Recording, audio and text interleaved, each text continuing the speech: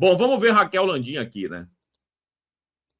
Provavelmente bombardeado de informações pelos advogados do banqueiro Daniel Vorcaro, o ministro Dias Toffoli tomou uma atitude insólita e absolutamente sem precedentes. Sem ter sido provocado pela Polícia Federal, ele chamou uma cariação entre Vorcaro, dono do Banco Master, o ex-presidente do Banco de Brasília, que é quem compraria o Master para encobrir uma suposta fraude, e o diretor de fiscalização do Banco Central, o Banco Central que vetou essa compra e verificou, né, auditou a operação e descobriu as fraudes. Para trazer para o dia a dia do cidadão, é mais ou menos como se quem presenciou e denunciou para as autoridades um estupro, um assassinato, fosse colocado frente a frente com os criminosos para verificar os fatos. Embora essa não tenha sido a intenção do ministro, isso tem um nome: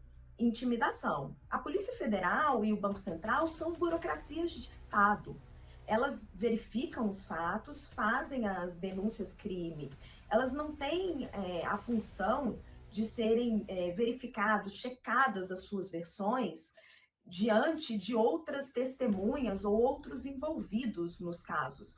Elas cumprem os seus papéis como os burocratas que trabalham para a União. Faz mais de 9 meses que o Banco Central entregou o seu relatório, conforme ele observou todas as operações do Master e verificou as fraudes com as operações de alto risco que o Master estava fazendo com a venda de papéis, de CDBs, e entregou para o Ministério Público. Se os funcionários do gabinete do ministro tinham dúvidas, eles podiam pedir esclarecimentos. Se as dúvidas eram muito graves, podiam pedir um depoimento, que já seria estranho. Mas uma acariação é absolutamente não visto. Vale lembrar que desde que as investigações sobre o Banco Master subiram da primeira instância para o Supremo Tribunal Federal, depois que se encontrou a venda de um imóvel de um deputado para o banqueiro Daniel Vorcaro, as investigações sobre o Master estão paralisadas. Na semana passada, Toffoli anunciou a retomada das investigações, mas até agora não autorizou nenhuma diligência proposta pela Polícia Federal, somente chamou essa acariação. O Banco Central cumpriu seu papel ao decretar a liquidação do Master por causa das operações fraudulentas, apesar de todas as conexões políticas que Vorcaro tem em Brasília, e são muitas. É muito importante a independência do Banco Central, que continue a ser preservada. Bom, curioso é o seguinte, ela dá uma no cravo e uma na ferradura, né? É a Raquel Landim, que é jornalista do Sistema, né? Sempre passou pano para todos os absurdos e agora está se sentindo, digamos assim, traída pelos seus ídolos que ela tanto ajudou a blindar. Ela diz o seguinte, parece que isso aí, né, soa como uma intimidação do ministro, né? Mesmo que isso não tenha sido a intenção dele. Como é que você sabe, Raquel Landim? Como é que você sabe que a intenção do ministro não foi intimidar? Você ligou para ele, perguntou, ministro, isso é para intimidar? Você perguntou a ele? Porque o que parece para a gente é justamente isso, que ele intimidou sim o Banco Central. Banco Central, olha lá o que você vai fazer com o banco do meu amigo, viu? Que eu pego carona no jatinho do advogado dele. Olha o que você vai fazer. Porque você dizer que não é essa, parece, né? Fala de intimidação e diz assim, mesmo que não seja a intenção do ministro. Como é que você sabe que não é a intenção do ministro? Pode ser a intenção do ministro ou não? Óbvio que pode.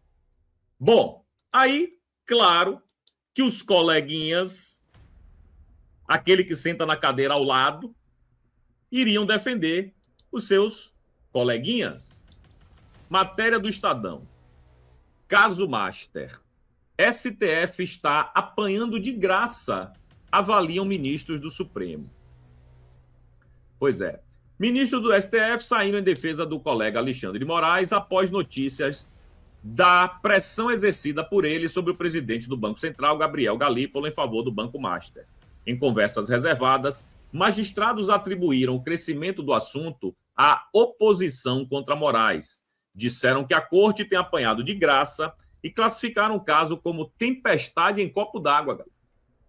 129 milhões de motivos é tempestade em copo d'água para essa galera. É porque 129 milhões para eles não deve ser nada, né? É o que a gente supõe.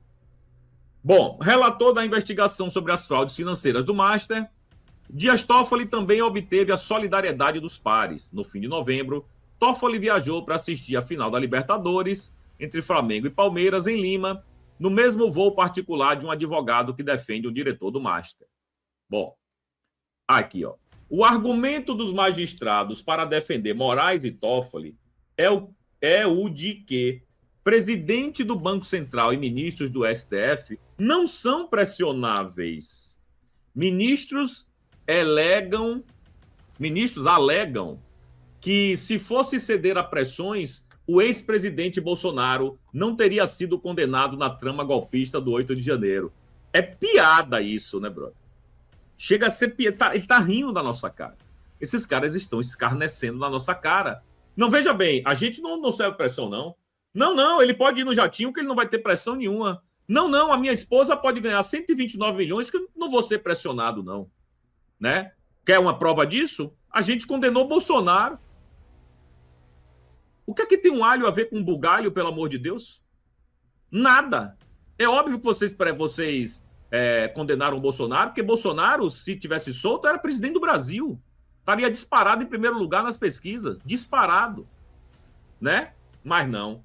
Vem com essa conversa fiada. Então, essa matéria do Estadão é muito mais extensa e vai por tudo aí, nessa toada aí que vocês estão falando. E aí o Estadão faz uma espécie de retrospecto, fala tudo que a Malu Gaspar já falou, fala tudo que a Mônica Bergamo já falou, etc e tal.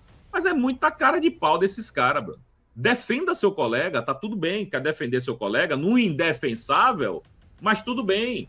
Mas o que não dá é para você dizer que nós não estamos sujeitos à pressão. Todo mundo tá.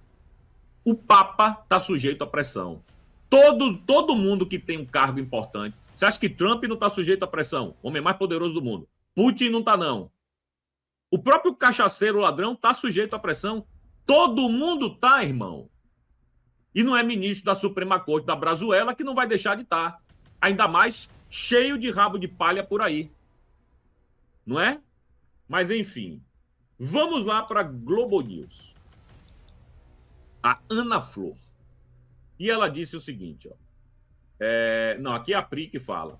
Mercado vê a criação do Banco Master como uma pressão sobre o Banco Central. Um ponto destacado foi a escolha do diretor do BC, chamado a depor. Toffoli convocou Ailton de Aquino, diretor de fiscalização, responsável pelo processo de liquidação, mas que não atuou na investigação da transação suspeita entre BRB e Master. Bom, vamos ver o que diz a nossa querida... Chamaram muito atenção, além da data, né, 30 de dezembro, quando o judiciário está em recesso, foi a escolha do diretor chamado para a cariação. O ministro Dias Toffoli chama o diretor de fiscalização para uma cariação entre BRB e Master, quer dizer, para o que ele está cuidando, que é esse negócio com indícios fraudulentos entre BRB e Master. Só que o diretor que cuidou desse assunto do Banco Central foi outro, foi Renato Gomes, que é o diretor de sistema financeiro e que está de saída. Então, tanto no mercado financeiro, pessoas que entendem de Banco Central, quanto até na Polícia Federal, chamou muita atenção o ministro Dias Toffoli chamar um diretor. E por que o diretor Ailton Aquino, que é o de fiscalização? Porque ele foi o responsável pela liquidação. Que não tem nada a ver com o BRB, né? Que não tem nada a ver. Eu até contava aqui que são duas questões muito separadas. Uma investigação BRB Master, que aí há créditos podres, toda uma investigação que a Polícia Federal cuida. E há uma outra questão que é o processo de liquidação do banco, que o Master começou a questionar e faz pressão, inclusive com advogados para cima do Banco Central. Na semana passada eu ainda contei que o Ailton Aquino, que é o diretor de fiscalização, tinha até cancelado as férias porque esperava ser chamado no Supremo para esclarecer dados. Afinal... Mas dentro daquelas diligências do ministro Toffoli de que ele queria ouvir diretores do BC, não imaginava que seria uma cariação, é isso? Não imaginava que seria uma cariação. Ele iria trazer e vai levar informações, por exemplo, sobre como se deu essa tomada de decisão do Banco Central, está tudo registrado sobre a liquidação, que, na verdade, a diretoria de fiscalização faz o processo, manda para o colegiado e foi unânime entre os diretores do Banco Central essa decisão. O próprio presidente do Banco Central, Gabriel Galípolo, também espera ser chamado para falar sobre isso. O que surpreendeu foi uma cariação nesse momento e chamar o diretor que não cuidou da questão BRB Master para falar sobre isso.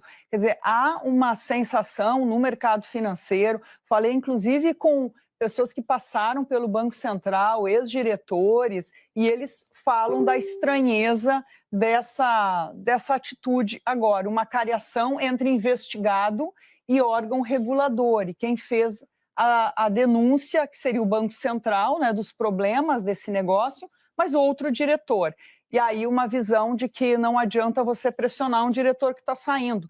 Renato Gomes tem o mandato vencendo, ele está saindo já agora do Banco Central e não há um nome para o lugar dele nesse momento, né? Não houve indicação, precisa passar pelo Senado, mas há uma pressão sobre o diretor de fiscalização e essa pressão tem a ver com a liquidação do banco, que o Master quer questionar juridicamente. Bom, ainda tem isso, né? Ela é meia prolixa, mas resumindo é o seguinte, Toffoli está mandando fazer uma cariação com um cara que não tem nada a ver com a parada do Banco Central, mas não foi ele que resolveu, não é a área daquele cara no Banco Central que trata do Banco Master, ainda tem isso.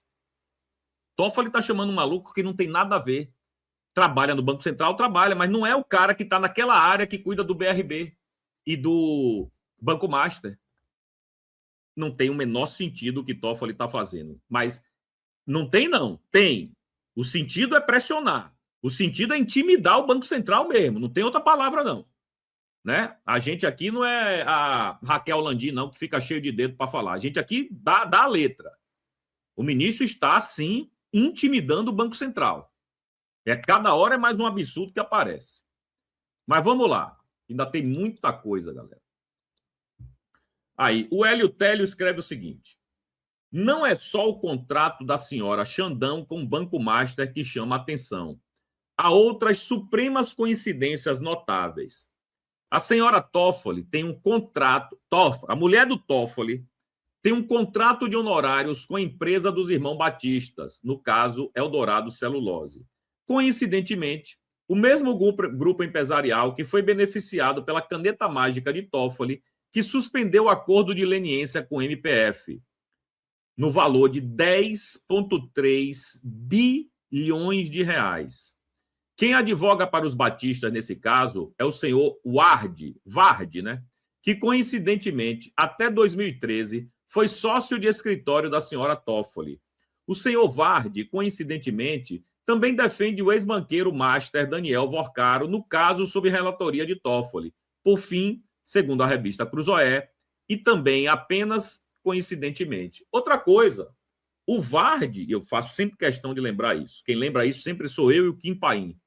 O Vardi foi o cara que deu emprego para Sérgio Moro quando o Moro largou o Bolsonaro. Saiu atirando do governo, dizendo que ia destruir Bolsonaro, que Bolsonaro interferia na Polícia Federal. E depois nunca provou isso. Sabe quem contratou ele? O Vardi, sócio da mulher do Toffoli. Por isso que eu digo para vocês, paranaenses, abram o olho, vocês vão botar um lixo de governador. Um lixo de governador. Depois de um belo trabalho que o Ratinho fez, eu tenho muitas diferenças com o Ratinho, mas foi um bom governador. Foi, tirando a parte da pandemia, que ele foi emprenhado pelo vidro, né? Fez merda igual a Zema também fez. Tirando essa parte da pandemia, eu reputo, melhor dizendo, ao governador um bom governo. Bom, vamos lá. Aí vem a Thaís Herédia falar sobre pressão. Os ministros passaram a adotar uma postura de atores políticos nesse roteiro da atuação do STF. A Edilene Lopes já volta aqui comigo, porque, Edilene, você colabora com o nosso debate aqui, trazendo um pouco a visão do Centrão, especificamente sobre esse caso Master, porque é uma leitura, Edilene, de que ele espalha medo para todo lado.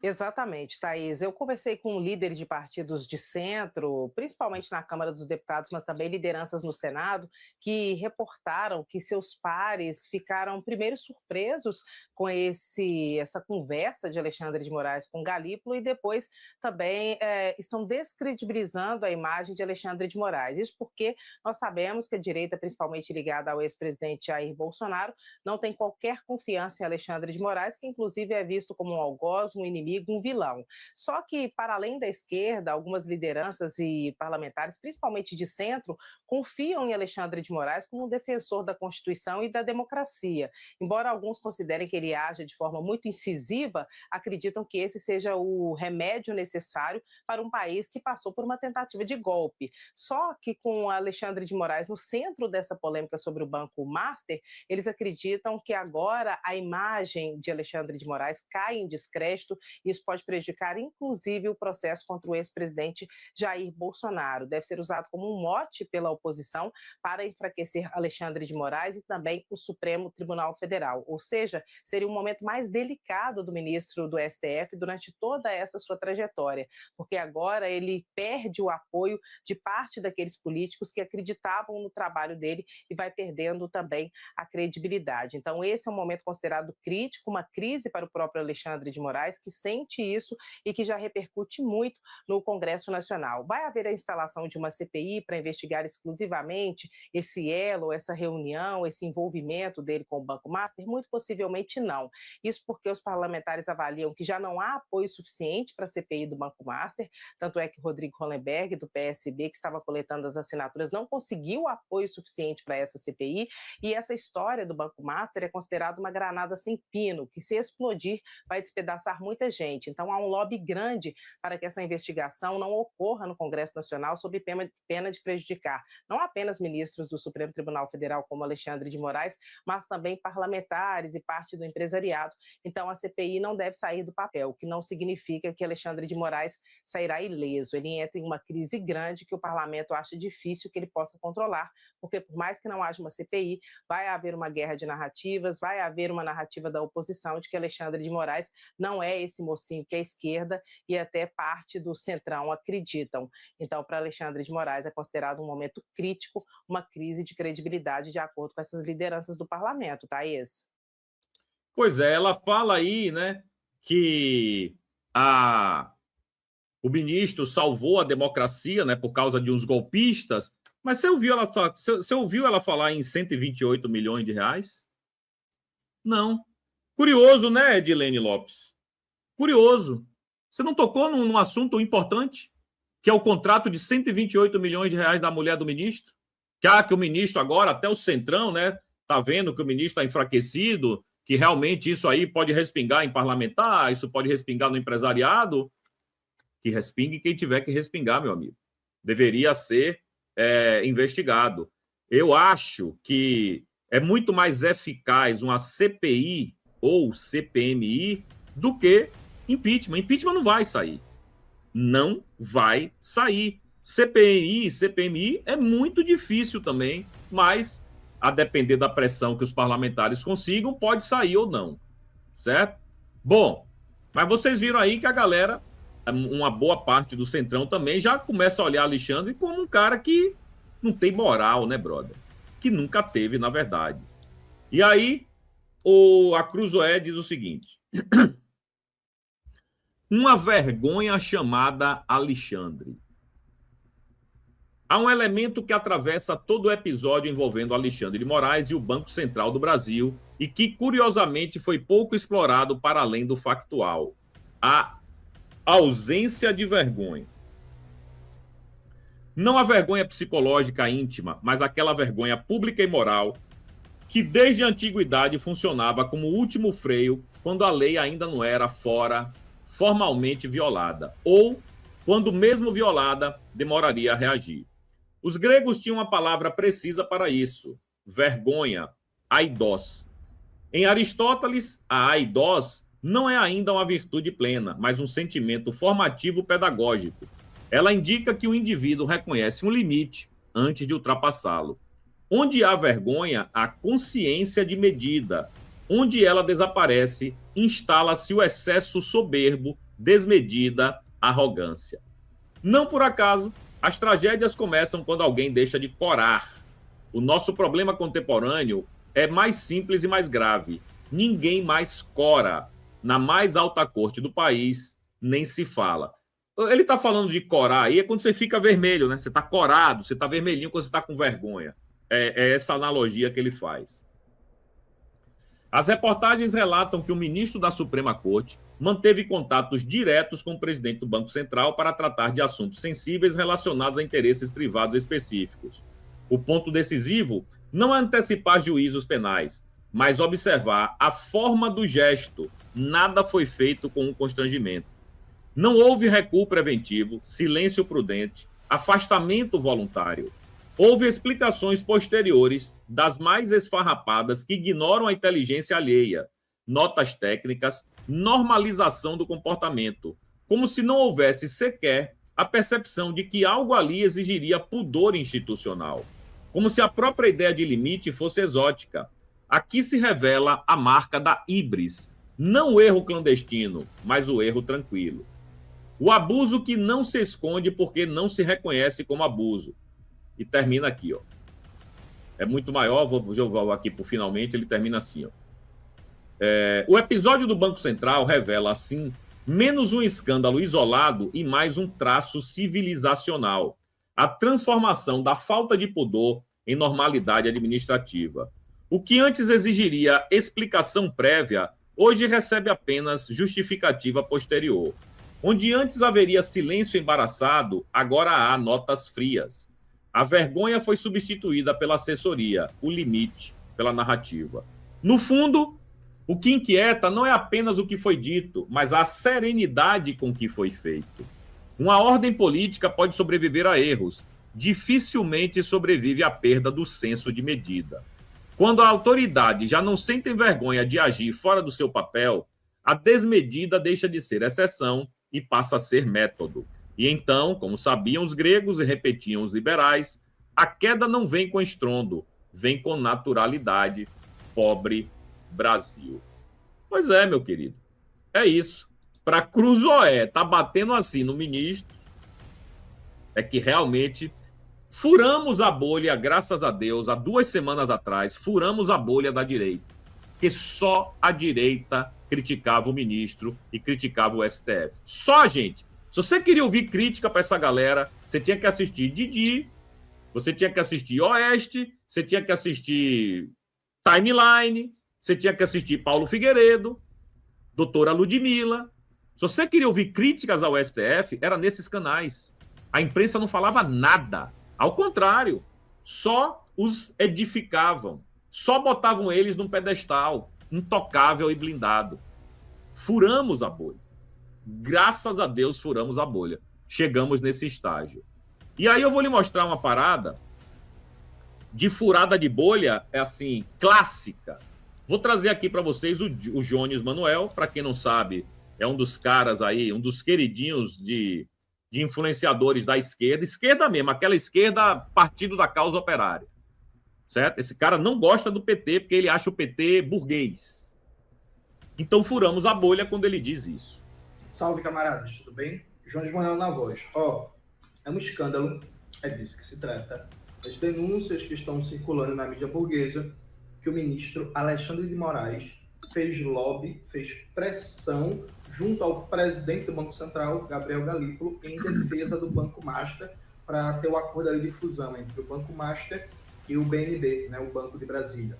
Veja, o Banco Master, o Daniel Vorcaro, o seu proprietário, é acusado de uma fraude de mais de 12 bilhões de reais, foi preso, é um sujeito envolvido com todo tipo de falcatrua que você imaginar, e o escritório de advocacia da esposa de Alexandre de Moraes, a senhora Viviane Bassi Moraes, foi contratada, um contrato milionário, recebendo 4 milhões de reais por mês de honorário para defender o Banco Master. Vamos lá, gente. com todo respeito ao currículo, à história, à trajetória da senhora Viviane, né? É muita coincidência, né, que o Daniel Vorcaro, dono do Banco Master, contrata um escritório de advocacia que é da esposa do ministro do Supremo, e aí os próprios advogados do Daniel Vorcaro solicitaram que o caso do Banco Master seja julgado no STF em última instância, porque tem um deputado citado. Então, pera um pouquinho. Aí o próprio acusado abriu mão dos vários graus de jurisdição para ser julgado diretamente pelo STF. Tem uma esquerda perdida, alucinada, que correu para defender Alexandre de Moraes. Tem que defender nada não, viu? Tem que investigar, tem que ir a fundo, tem que punir todos os corruptos, tem que acabar com a privatização do Banco Central, tem que regular firmemente o mercado bancário e para cima desse povo da Faria Lima, da Febraban, e colocar um cabresto no pescoço dos bancos. Aqui a gente não passa pano para corrupção e muito menos para Alexandre de Moraes, que nunca foi de esquerda,